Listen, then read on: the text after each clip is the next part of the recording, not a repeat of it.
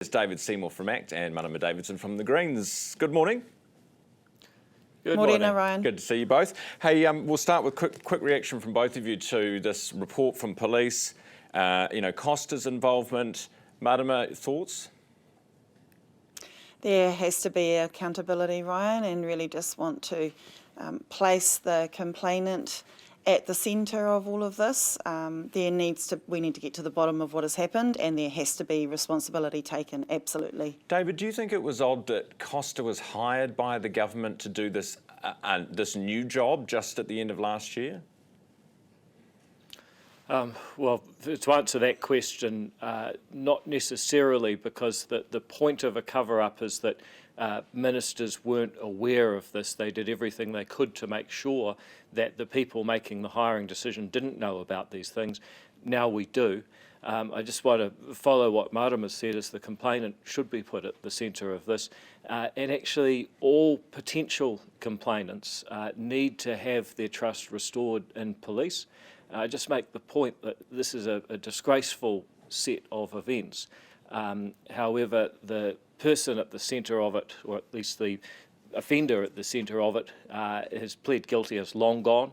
The person who was the commissioner, as we've just discussed, is now gone. The government will be severely strengthening the Independent Police Complaints Authority in response to this. And to follow on from what Louise Nichols has said, I work with the local cops in my area and as a local MP in Epsom, and sometimes around the country. They are salt of the earth people. They're some of the greatest New Zealanders. And I hope they don't deserve to wear this. They don't. Unfortunately, they and bear in mind, some of them blew the whistle No, absolutely. And the ones that blew the whistle 100%. should also be commended. Do you think Costa should be in any public job, David? Well, just bear in mind he's an employee, and there's an employment process to go through. Yeah, so I know, but I'm asking just for you to start giving. No, but you're a politician with strong views. What do you think? Does he deserve to be in a public job or not? Well, based on the things that I've heard to date, I'd find it very hard to see how he could continue. But I have to respect that the guy's got rights as an employee, and that will be worked through. But I can tell you that, having talked very briefly with Nicola Willis, she's got no time for anything. No, they're all absolutely seething about it. Marama, asset sales. Are there, and I know what you're going to say, don't sell those assets, but are there some that actually, we could probably do without? I mean, do we need to own TVNZ? Do we need to own farms? You guys don't even like farms. Why do we need to own one? So it's public services, Ryan. This government, its plan from the very start has been to defund public services for our communities to the point of failure, to justify flogging them off. So overseas, offshore, private investors can make a quick buck.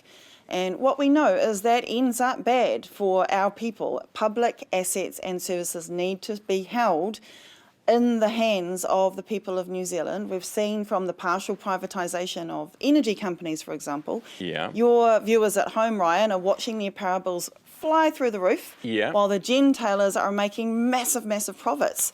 Hold on to our public assets and our services, absolutely. Even if they're making losses, like even if you're not getting a dividend from them, even if they're worth less, then do we? And they're not making money, then do we still hold on to them?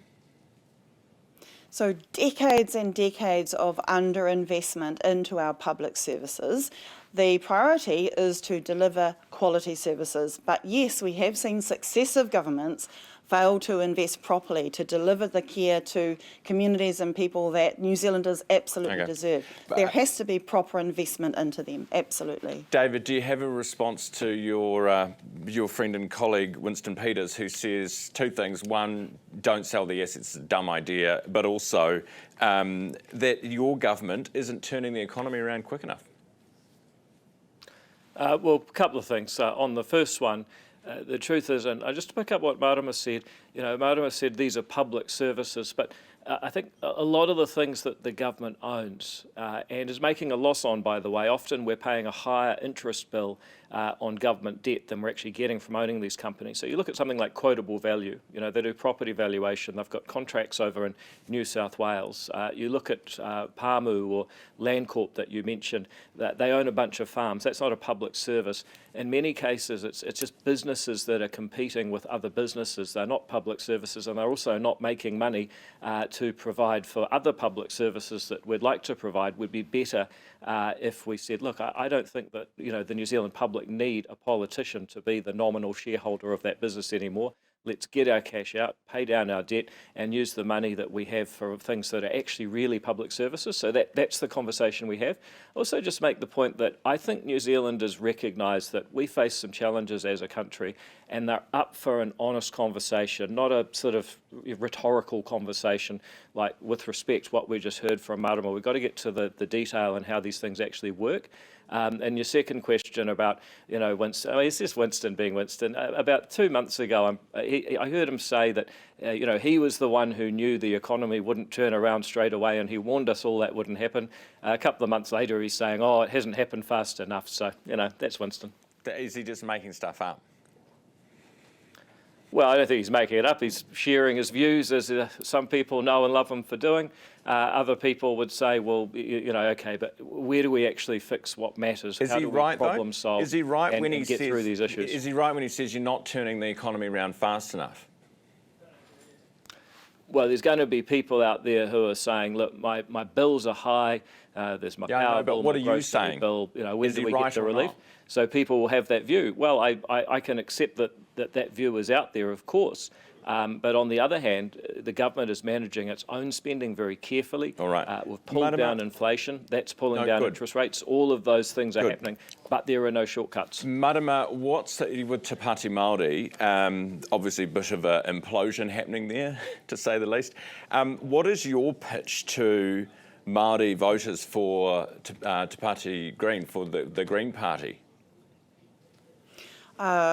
Focused on, you know, my colleagues and I, my Green Party MPs, continuing to do our mahi every single day, focus on getting rid of the most anti-tiriti, anti-Māori government that we have ever seen, and that continues. I want to acknowledge that, you know, Te Ao Māori people and communities out there are feeling some pōti, some sadness about what is happening.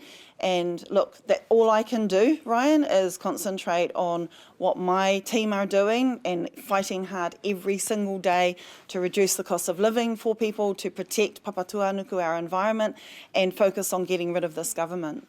David, most Māori don't vote for Te Pāti Māori, but for those voters who have, particularly on the Māori roll, what's your pitch to them from ACT? Well, I would say the ACT Party has actually done more for Māori than the Māori Party's ever done.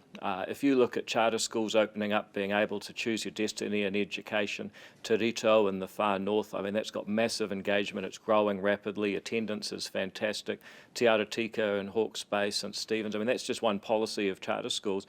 The other thing I'd say is that if you want to get ahead, being able to access property, have a safe roof over your head and own it, you know, that's got worse and worse for Māori for years and years. It takes up more and more of people's household budget. But if you want to fix that, what do you got to do? Well, make it easier to get a resource consent. We're replacing the Resource Management Act. Make it easier to build, which are making changes to the Building Act so you can get more reliable and affordable building materials. And you've also got to fund infrastructure better to connect all those new houses together, which we are also doing with the Infrastructure Funding and Financing Act changes that have been going through Parliament recently. So if you want to actually fix what matters, you want to problem solve, you don't want slogans and bumper sticker politics. You actually want to say, these are some big problems, you can't fix them straight away, let's just step it out, like an engineer would. Then, you know, actually I think we can point to more practical improvement for Māori from the ACT Party than TPM's ever done. All right. Very good.